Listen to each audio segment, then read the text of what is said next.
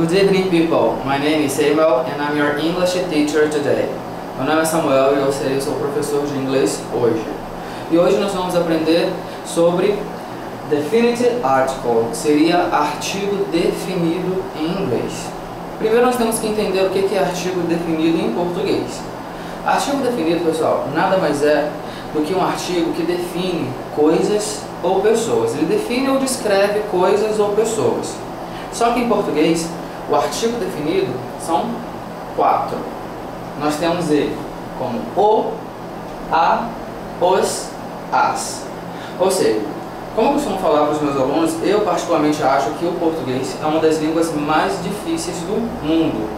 Por que artigo definido em português são 4? E, além de a gente poder utilizar artigo definido em português para singular e plural, nós temos que ainda identificar se nós vamos tratar de artigo definido para tratar de objeto no masculino ou no feminino. Por quê? O só vou utilizar para masculino, a para feminino. Eu, por exemplo, não posso falar em português o mesa ou o cadeira. Não posso também falar a livro, porque livro é a palavra masculina, então tem que usar o livro. E também eu posso utilizar para plural, os ou as. Em inglês, pessoal, a gente não precisa saber de nada disso. Em inglês, o artigo definido ele é representado por uma única coisa, que é o the. Tá?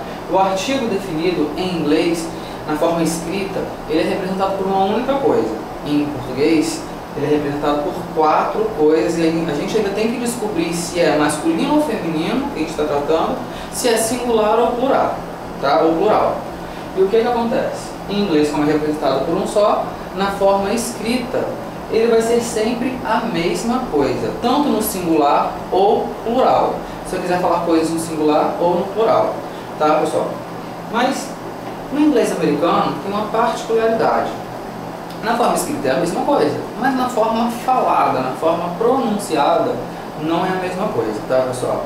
Ele muda a pronúncia dependendo do quê? Dependendo sempre da próxima palavra que eu quiser falar depois do artigo definido. Como, por exemplo, aqui no quadro. Nós temos a palavra book, que seria livro. E aqui nós temos a palavra egg, que seria ovo.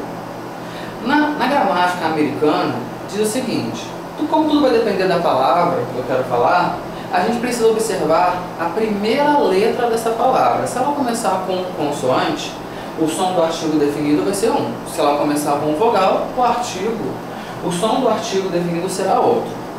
No caso aqui, se eu quiser falar o livro, eu falaria, ó, the book. Porque esse artigo definido, ele tem som, ó, the, porque a próxima palavra começa com B, uma consoante. Então, toda vez em que a palavra começar com uma consoante, o artigo definido que for descrever ela, vai fazer o som de the. Mas eu posso falar no singular ou no plural. Eu posso falar the book ou the books. Já está até com S aqui, tá? Pode ser para o singular ou para o plural, o artigo definido não altera. Agora, se a próxima palavra que eu quiser demonstrar começar com uma vogal, no caso aqui do ovo, que seria o egg, eu quiser falar o ovo, eu falaria the egg. Toda palavra em que eu quiser demonstrar, pode ser ela singular ou plural, começar com vogal, o som do artigo definido vai então fazer som de the egg ou the eggs, seria no plural os ovos. E nós temos aqui the book ou the books. Então a pronúncia altera se for singular, desculpa, a pronúncia altera se for consoante ou vogal, tá, pessoal?